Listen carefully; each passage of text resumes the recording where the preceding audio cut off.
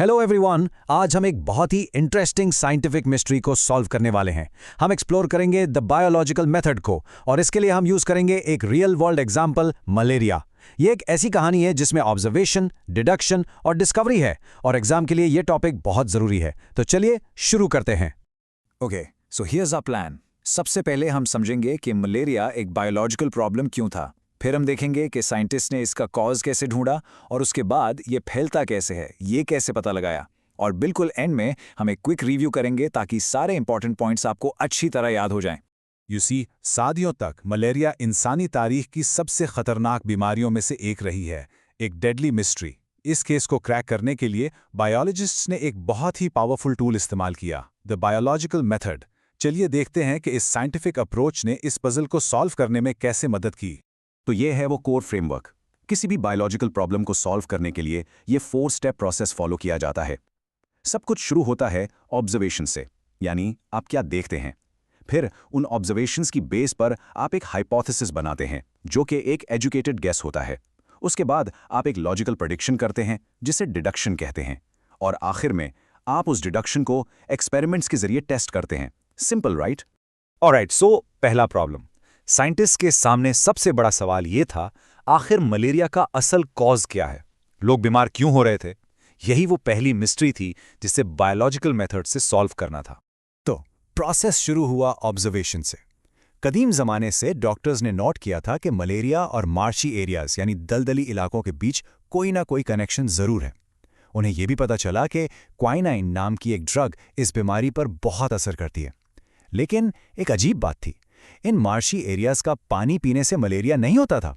इसका मतलब कॉज कुछ और ही था। और फिर 1878 में आई पहली बड़ी ब्रेक थ्रू। एक फ्रेंच आर्मी फिजिशियन लैवरान ने कुछ ऐसा किया जिसने सब कुछ बदल कर रख दिया। उसने एक मलेरिया के मरीज का ब्लड सैंपल लिया, उसे माइक्रोस्कोप के नीचे रखा और उसे कुछ ऐसा नजर आया जो पहले किसी ने नहीं देखा था। खून के अंदर छोटे छोटे जिंदा मखलूक। लेवरन ने इस माइक्रो ऑर्गेनिज्म को नाम दिया प्लाज्मोडियम। ये एक जबरदस्त डिस्कवरी थी। पहली बार साइंटिस्ट के पास एक विजुअल सस्पेक्ट था, बीमारी का एक पॉसिबल कॉज जिसे वो देख सकते थे, स्टडी कर सकते थे। इस एक ऑब्जर्वेशन ने पूरी इन्वेस्टिगेशन की डायरेक्शन ही बदल दी। सो अब जब एक क्लियर सस्पेक्ट सामने था, बायोलॉजिस्ट एक टेस्टेबल हाइपोथेसिस बना सकते थे। उनका प्रपोजल बहुत सिंपल और डायरेक्ट था, Plasmodium is the cause of malaria.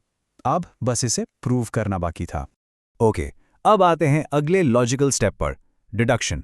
Scientist ने सिंपल इफ देन लॉजिक का इस्तेमाल किया। उन्होंने सोचा, इफ प्लाज्मोडियम ही मलेरिया का कॉज है, देन हर वो शख्स जिसे मलेरिया है उसके ब्लड में प्लाज्मोडियम जरूर होना चाहिए। ये एक ऐसी प्रेडिक्शन थी जिसे आसानी से टेस्ट किया जा सकता था। और इसको टेस्ट करने के लिए उन्होंने एक कंट्रोल्ड एक्सपेरिमेंट डिजाइन किया। उन्होंने 2 ग्रुप्स बनाए। एक था एक्सपेरिमेंटल ग्रुप जिसमें 100 मलेरिया के मरीज थे और दूसरा था कंट्रोल ग्रुप जिसमें 100 बिल्कुल सेहतमंद लोग थे। उन्होंने सबके ब्लड सैंपल्स चेक किए और रिजल्ट्स बिल्कुल क्लियर थे। हर एक मलेरिया पेशेंट के ब्लड में प्लाज्मोडियम मौजूद था, जबकि हेल्दी लोगों में से किसी के ब्लड में नहीं था। इससे उनका हाइपोथेसिस प्रूव हो गया। एक्सीलेंट, तो पहला प्रॉब्लम सॉल्व हो गया, प्लाज्मोडियम ही कॉज था। लेकिन आप जानते हैं ना, साइंस में एक जवाब अक्सर एक नया सवाल पैदा करता है। और नया सवाल ये था, आखिर ये प्लाज्मोडियम इंसान के खून में दाखिल कैसे होता है? ये दूसरा बड़ा बायोलॉजिकल प्रॉब्लम था। एक बार फिर इन्वेस्टिगेशन शुरू हुई ऑब्जर्वेशन से। 1883 में A.F.A. किंग नाम के एक फिजिशियन ने कुछ बहुत अहम बातें नोट की। उन्होंने देखा कि जो लोग खुली जगह पर सोते थे उन्हें मलेरिया ज्यादा होता था। जो लोग मॉस्किटो नेट्स इस्तेमाल करते थे वो बच जाते थे, और जो लोग धुएं वाली आग के पास रहते थे वो भी महफूज रहते थे। ये सारे क्लूज किस तरफ इशारा कर रहे थे? इन सारी ऑब्जर्वेशंस की बुनियाद पर एक नया हाइपोथेसिस बनाया गया और वो हाइपोथेसिस था, mosquitoes transmit plasmodium and so are involved in the spread of malaria. Suddenly मच्छर इस पूरी मिस्ट्री के सबसे बड़े सस्पेक्ट बन गए। तो यहां पर लॉजिकल डिडक्शन क्या बनेगी? सोचेगा, बिल्कुल सिंपल है।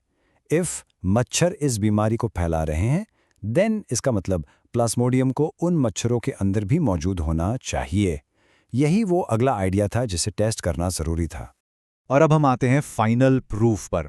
वो आने वाला है आखिरी हिस्सा जहां साइंटिस्ट ने इस मिस्ट्री को हमेशा के लिए सॉल्व कर दिया। और इस कहानी के हीरो हैं रोनाल्ड रॉस। चलिए देखते हैं कि उनके ब्रिलियंट एक्सपेरिमेंट्स ने इस पजल को कैसे सॉल्व किया। तो रोनाल्ड रॉस, जो 1880s में इंडिया में एक ब्रिटिश आर्मी फिजिशियन थे, वो इस मस्कीटो हाइपोथेसिस को लेकर बिल्कुल जुनूनी हो गए। वो हर हाल में इसका सबूत ढूंढना चाहते थे, और इस आइडिया को टेस्ट करने के लिए उन्होंने कुछ बहुत अहम एक्सपेरिमेंट्स डिजाइन किए। रॉस का एक्सपेरिमेंट बहुत ही क्लेवर था, क्योंकि इंसानों पर एक्सपेरिमेंट करना ठीक नहीं था। उन्होंने स्पैरोज यानी चिड़ियों को इस्तेमाल किया। देखें उन्होंने क्या किया। स्टेप 1, उन्होंने एक क्यूलेक्स मस्कीटो को एक ऐसी स्पैरो को काटने दिया जिसे मलेरिया था। स्टेप 2, कुछ दिन बाद उन्होंने उस मच्छर को डाइसेक्ट किया और क्या देखा कि प्लाज्मोडियम उसके स्टमक में मल्टीप्लाई कर रहा था। स्टेप 3, फिर उन्होंने इन्हीं इन्फेक्टेड मच्छरों को सेहतमंद स्पैरोज को काटने दिया, और स्टेप 4 में नतीजा क्या निकला?